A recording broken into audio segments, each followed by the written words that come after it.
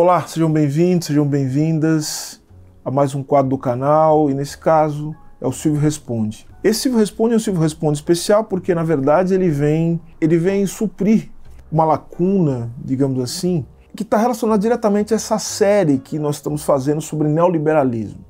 Então esse vídeo é um vídeo que visa responder a pergunta sobre o que é o neoliberalismo. Agora eu quero deixar bem evidente algumas coisas aqui. É um desafio falar disso, é muito difícil porque há várias discussões, como nós estamos observando na série, com os nossos entrevistados, com as pessoas que estudam isso há muito tempo, que esse é um tema bastante complexo. Então eu queria dizer sobre a complexidade do tema, dizer que esse vídeo, de modo algum, ele esgota as possibilidades da gente discutir esse tema sobre vários ângulos, várias perspectivas teóricas, e que são de áreas diferentes.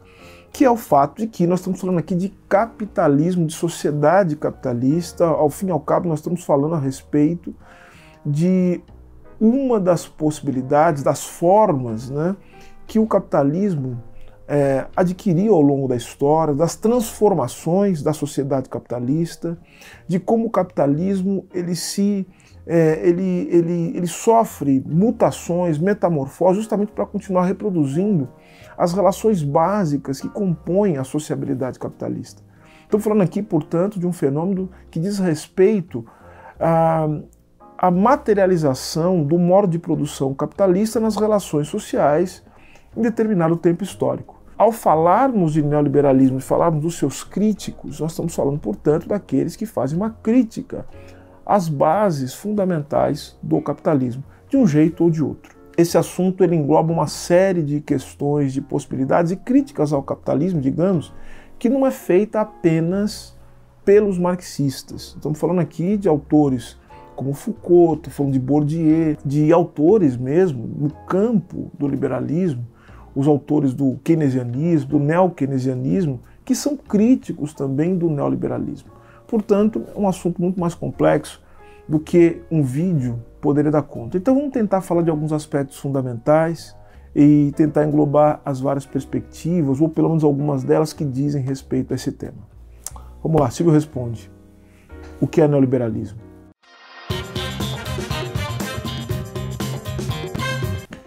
Antes de eu começar, eu quero te fazer um pedido. Quero começar pedindo para você se inscrever no canal, curtir o vídeo se você achar que o vídeo vale uma curtida, compartilhe o vídeo e comenta. O seu comentário também é muito importante para que a gente possa aprender reciprocamente. Antes de começar esse vídeo, também eu quero fazer um agradecimento especial ao professor Daniel Andrade, que esteve aqui com a professora Letícia Cesarino, num vídeo que vocês podem encontrar aqui no canal. É o primeiro vídeo da série sobre neoliberalismo e que foi crucial na realização desse roteiro. Então, professor Daniel Andrade, meu colega, meu amigo, um abraço para você e muito obrigado pela ajuda com esse vídeo tão importante. A primeira coisa que eu quero dizer é que o termo neoliberalismo não é uma criação dos críticos do neoliberalismo e nem das esquerdas, como se costuma dizer. O termo, aliás, ele foi utilizado pioneiramente pelos próprios defensores do neoliberalismo, dos quais destacam-se, dentre outros, o economista e jurista austríaco Friedrich von Hayek.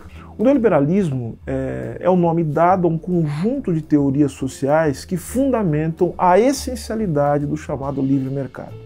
O termo neo do neoliberalismo serve para demarcar a diferença que os neoliberais estabelecem em relação ao chamado liberalismo clássico ou naturalismo liberal. Para os chamados neoliberais, o livre mercado não é um dado natural, né? Ou seja, o livre mercado é uma construção política, cultural, no caso do Hayek, né? Ou uma construção jurídica, um quadro jurídico, o que se dá por meio de mecanismos político-jurídicos, como eu já disse, ou por meio de ações espontâneas dos seres humanos. Mas nesse sentido é importante fazer a menção a um momento especial em que o neoliberalismo se constrói, que é o colóquio Walter Lippmann, que é realizado em 1938 e que, segundo os autores Dardot e Laval, reuniu os principais proponentes desse novo liberalismo. Quem são os proponentes desse novo liberalismo? São vários proponentes e que se reuniram em 1938 no colóquio Walter Lippmann, que eram Hayek, Rueff, Raymond Aron, Wilhelm Hoppe e Alexander von Richthofen. São alguns nomes que estavam no colóquio tiveram um papel fundamental nas ideias que depois seriam consideradas ideias fundamentais do neoliberalismo. Posteriormente, haveria um desdobramento dessa iniciativa, desse colóquio, que é a fundação da Sociedade Mont-Pelerin em 1947, que também, pelos estudiosos, é tido como um momento importante, reuniu vários intelectuais em torno dessa ideia de reconstrução ou refundação do liberalismo. Mas a verdade é que esse primeiro movimento foi responsável por uma espécie de internacionalização do debate sobre o neoliberalismo e que resultou em teorias, resultou também em cadeias de financiamento das iniciativas em prol do livre mercado e inspirou também a criação de organismos internacionais que têm como mote a construção, a reconstrução, a refundação do mercado mundial. E o exemplo maior é o Fórum Econômico Mundial, que ocorre em Davos. Do ponto de vista histórico, as chamadas teorias neoliberais podem ser consideradas como uma reação a um arranjo social iniciado após a crise de 29, que foi consolidado após a Segunda Guerra Mundial. Portanto, é uma reação aos chamados intervencionismos estatais, tal como o keynesianismo, e também aos modelos de planejamento estatal do chamado socialismo real. Segundo seus defensores, era o momento de reagir ao que eles chamavam de coletivismos e às propostas de intervencionismo do Estado. Pode parecer que essa discussão sobre a origem do mercado, se natural ou se construção cultural, política ou jurídica, é apenas uma perfumaria sem maiores consequências, só que isso é um engano. Porque vejam que em torno dessa discussão tem alguns pontos importantes de legitimação da política, do direito e da própria dinâmica econômica. Eu diria que as discussões ocorridas em 1938, elas se dividiram da seguinte maneira, tá? Se dividiu entre aqueles que achavam que o liberalismo clássico deveria ser renovado e, portanto, a ideia do laissez-faire, né, do livre mercado, deixe fazer, laissez-faire, laissez-passer. Essa ideia ela deveria ser defendida, ainda que renovada diante dos perigos da ingerência estatal. Hayek, por exemplo, achava, e depois von Mises achavam que a ingerência estatal era cumulativa, de tal sorte que, permitindo-se a ingerência estatal na vida social, isso redundaria em ditaduras, autoritarismos, isso seria, portanto, uma forma de destruição da liberdade dos indivíduos. Agora, tem uma segunda forma de ver essa relação, né, com esse processo de revisão do liberalismo, que também estava lá em 1938, quando eles fizeram um colóquio, que é a ideia de que o liberalismo deve ser refundado e, portanto, deve ser construído um intervencionismo liberal. Como é que é essa história de intervencionismo liberal? Parece até uma contradição, mas, na verdade, essa ideia, que é muito defendida por Walter Lippmann, essa ideia afirmava que o liberalismo ele resulta de um quadro jurídico. E assim, dessa maneira, é necessário construir as condições para que o liberalismo possa, de fato, existir.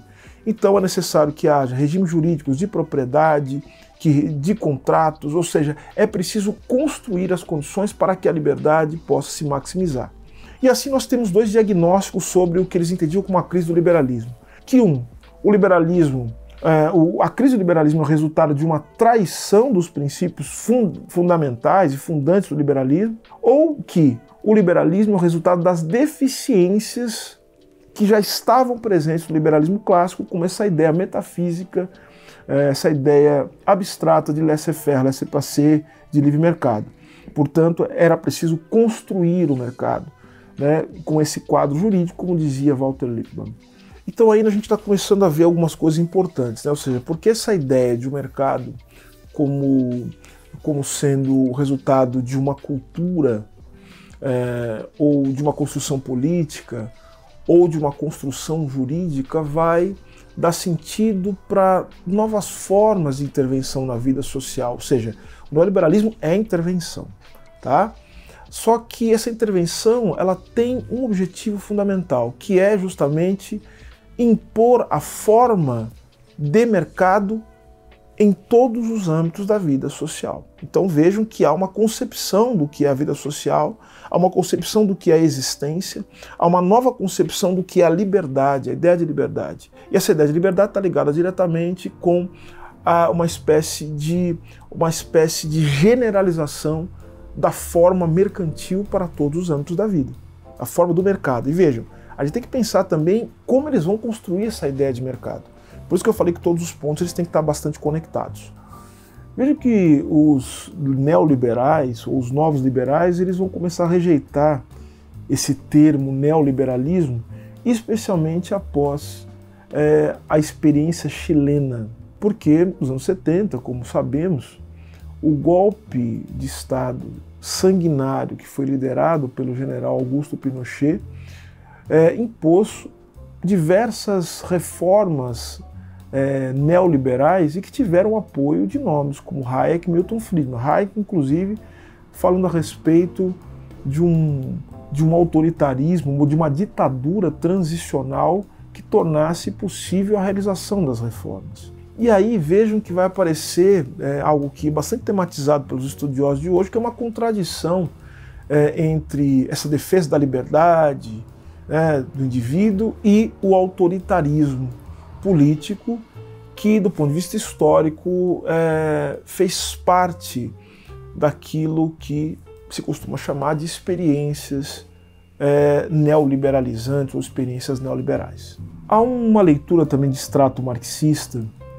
que vai considerar que o neoliberalismo é uma espécie de sintoma da crise estrutural do capitalismo. E o capitalismo, segundo as teorias marxistas, é portador de crises, dado as suas contradições internas, dado os antagonismos, dada a luta de classes, que é derivada, portanto, do próprio modo de reprodução do capitalismo. As contradições do capitalismo, em determinado momento da história, levam ao que se pode chamar de reestruturação produtiva ou mudanças no regime de acumulação e do modo de regulação do capitalismo. Em resumo, a crise do capitalismo ela se dá quando a queda na taxa de lucros, a superacumulação, leva a novas formas de organização da produção e, por consequência, a novas formas de exploração do trabalho. Assim, a ascensão do neoliberalismo está diretamente ligada ao advento do regime de acumulação pós-fordista e ao modo de regulação que redunda em novas formas de intervenção estatal, na reorientação ideológica, que vai aprofundar o individualismo, na decomposição dos laços sociais, tal como eles eram concebidos no mundo fordista, no capitalismo que se organizou, como já disse, após a Segunda Guerra Mundial. Eu gostaria de citar para vocês aqui algumas características que são elencadas por um autor chamado Joachim Hirsch, que são características que ele diz que estão relacionadas diretamente ao neoliberalismo. Primeiro, a financiarização do processo de acumulação global, que a gente vai ter uma rígida disciplina fiscal, as chamadas políticas de austeridade, como o teto de gastos, que no Brasil foi implementado, a criação de condições otimizadas para a flexibilização do fluxo internacional do capital e o aumento da concorrência global, que faz com que haja um nivelamento por baixo da condição de vida das pessoas, Ou seja, o Estado fordista, keynesiano, o Estado de bem-estar social, ele é substituído pelo Estado competitivo pós-fordista. Então nós temos um desmantelamento dos sindicatos, das empresas estatais, partidos populares que vão se tornar máquinas midiáticas e sem base social. A desnacionalização, porque perde-se a capacidade integradora, porque vamos ter um aumento das disparidades regionais e internacionais, conflitos, fugas, aumento de fluxos migratórios, surgimento de um chamado multiculturalismo, multinacionalismo, ao mesmo tempo em que a reação a isso vai redundar nas formas mais variadas de racismo, de xenofobia. Hirsch também fala da privatização da política, em que se tem um Estado menos móvel, o Estado ele se torna, na verdade, uma espécie de negociador intermediário da ação de organizações não governamentais e empresas privadas. Ele vai falar também do fortalecimento de instâncias internacionais de intermediação de interesses de grandes empresas, de interesses de grandes negócios, e alianças regionais como forma de compensar o poder. Ele vai falar também do surgimento de classes, né, ou seja, de capitalistas de assento internacional, como empresários, cientistas, funcionários, a destruição das instâncias internas de constituição das normas jurídicas, imposição internacional de regras pactuadas pelos sistemas de Estado e por organizações privadas, e autoritarismo e dispensabilidade da democracia. Então são essas características, algumas que ele vai elencar como sendo o resultado disso. Agora vejam que interessante, continuando falando do Joachim Hirsch também, esse autor tão importante que eu recomendo muito a leitura dele. Tem um livro chamado Teoria Materialista do Estado, esse livro eu reputo como um dos livros mais importantes já escritos sobre o Estado, as transformações do Estado. E o Hirsch, quando fala das transformações sociais, econômicas e políticas que levam ao neoliberalismo, o Hirsch ele vai dizer o seguinte, que o início da chamada crise do Fordismo, que leva ao pós-Fordismo e ao neoliberalismo, não tem apenas causas econômicas e políticas. É muito importante o que ele vai dizer aqui. Eu me permito e peço a vocês a licença de poder ler esse trecho, porque acho que o autor ele dá uma explicação sensacional. O Hirsch vai dizer o seguinte: o início da crise do Fordismo não tem apenas causas econômicas e políticas, mas também se deve ao fato de que esses processos estiveram ligados a uma fragmentação do cimento ideológico que havia mantido coesa a sociedade até aquele momento. O estado de segurança próprio do Fordismo, né? Vamos lembrar o Fordismo, as grandes plantas industriais, o consumo de massa, sindicatos fortes, o Estado intermediando essa relação entre sindicatos, mas sempre estabelecendo modelos regulatórios, e o estado de bem-estar social, obviamente nos países do centro do capitalismo, nos Estados Unidos, também de uma maneira, mas na Europa também, caracterizado pela burocratização, né? Ou seja, o estado de segurança do Fordismo é a burocratização, regulamentação e normatização, o bem-estar fundado no consumo de mercadorias estandardizadas, né?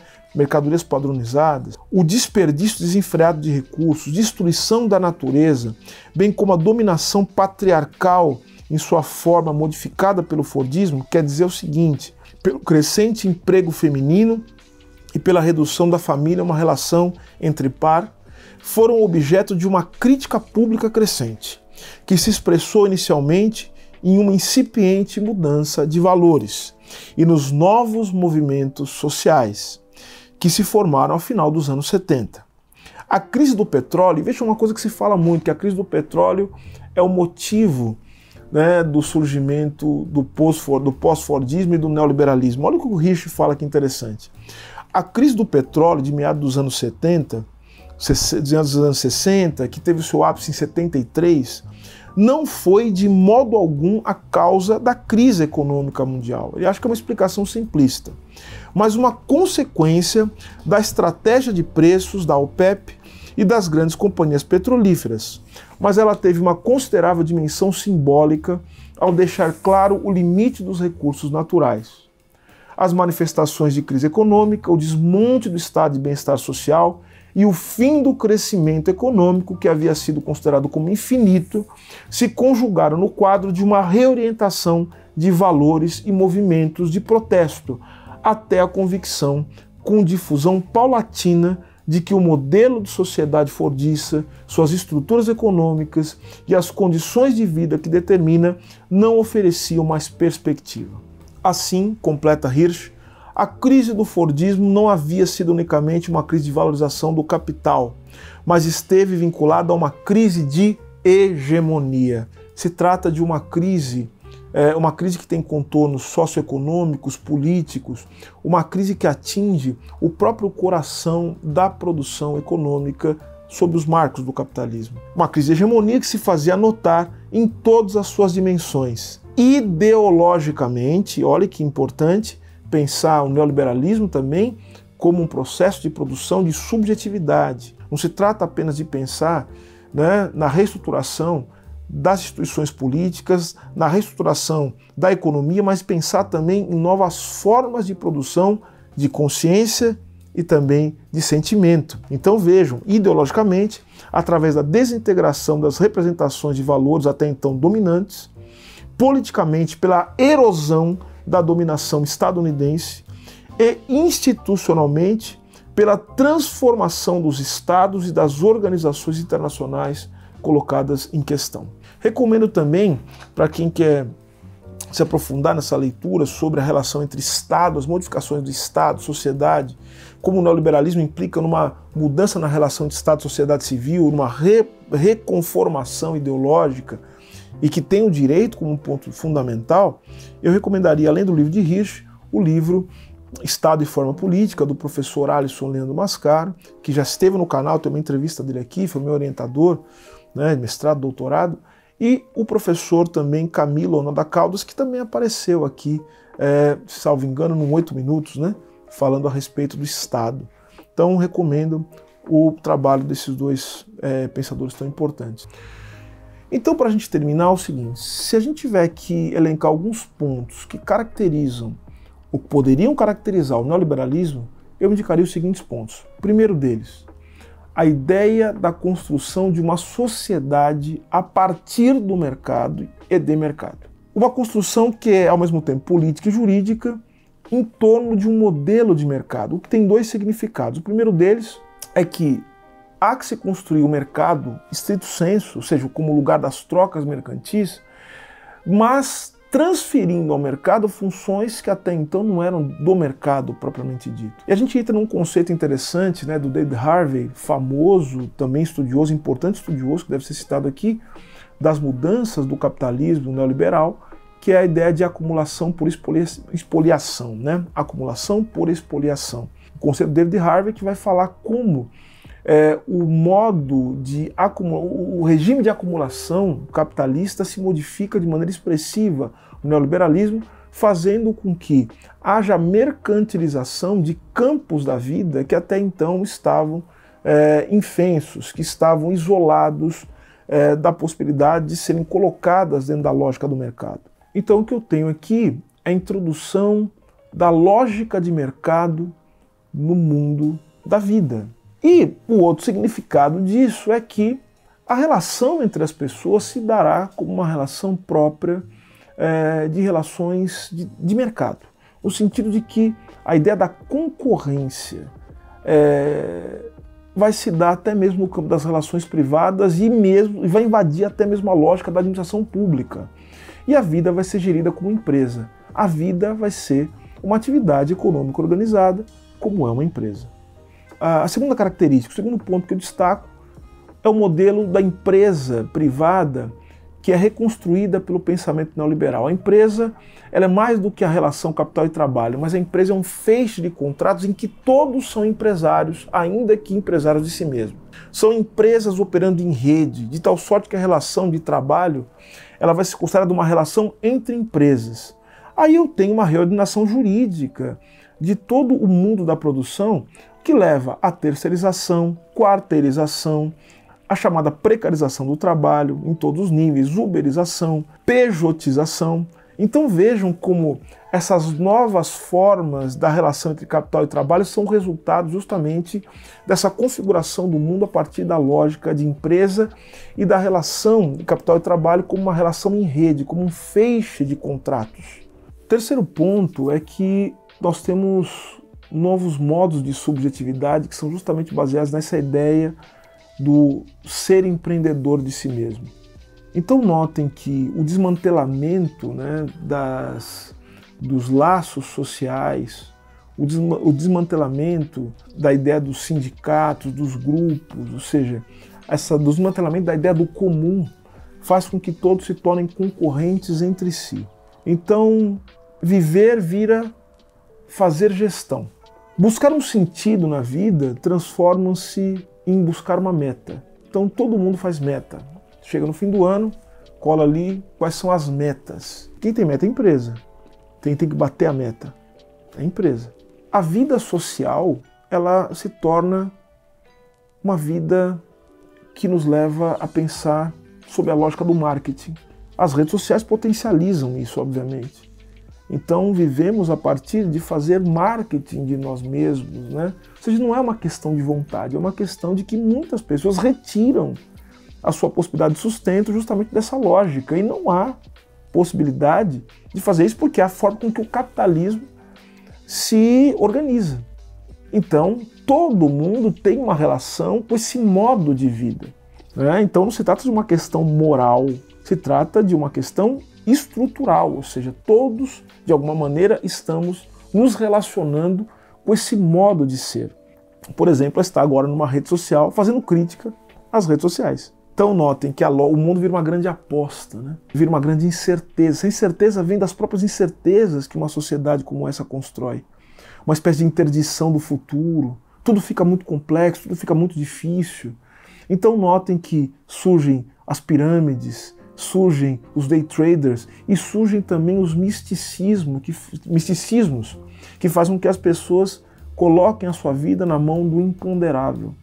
Uma relação muito difícil, né, com um estilo de vida que não pode ser planejado, não pode ser organizado diante das incertezas que a vida econômica, que a vida política nos traz. E por fim, prezados e prezadas,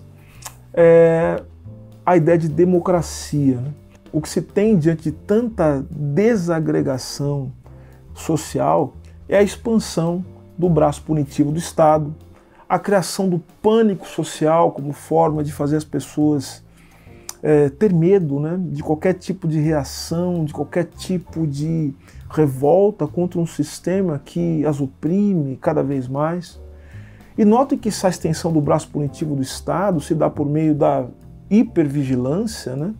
Mas não só isso, serve também como forma de atacar todos os críticos desse sistema e também de fazer a gestão daqueles que nós podemos dizer que estão aquém, né, aquém da integração a esse sistema. Uma forma de gestão dos pobres, dos miseráveis, das minorias, daqueles que não têm vez nesse mundo sem vez. A desdemocratização do mundo é uma forma de lidar com o mundo da concorrência, com aqueles que estão além da concorrência e fixar também horizontes curtos naquilo que uma das principais próceres do mundo neoliberal, a primeira-ministra da Inglaterra, Margaret Thatcher, disse que é there is no alternative. Tina, né? Ou seja, não há alternativa. Autoras como Andy Brown vão falar que o que nós vivemos hoje, na verdade, é uma crise do modelo neoliberal, o que leva ao título do seu livro, talvez o seu livro mais conhecido, que é As Ruínas do Neoliberalismo. A pergunta é, será que não há alternativa mesmo? Acho que sempre há alternativa. E é por isso que a gente está discutindo esse ponto. Então, eu queria, diante dessas breves considerações, eu quero agradecer a você que ficou até aqui agora para estudar. Eu vou deixar aqui na descrição do vídeo algumas recomendações de leitura que podem nos levar a um aprofundamento maior desse tema. É um tema tão complexo, tão rico e com tantas aberturas. E esse é o nosso papel, fazer aberturas para que nós possamos pensar as várias possibilidades, as várias formas de pensar o mundo. E pensar o mundo é agir sobre ele também, principalmente num momento como esse. Muito obrigado, a gente se vê no próximo Silvio Responde. Valeu!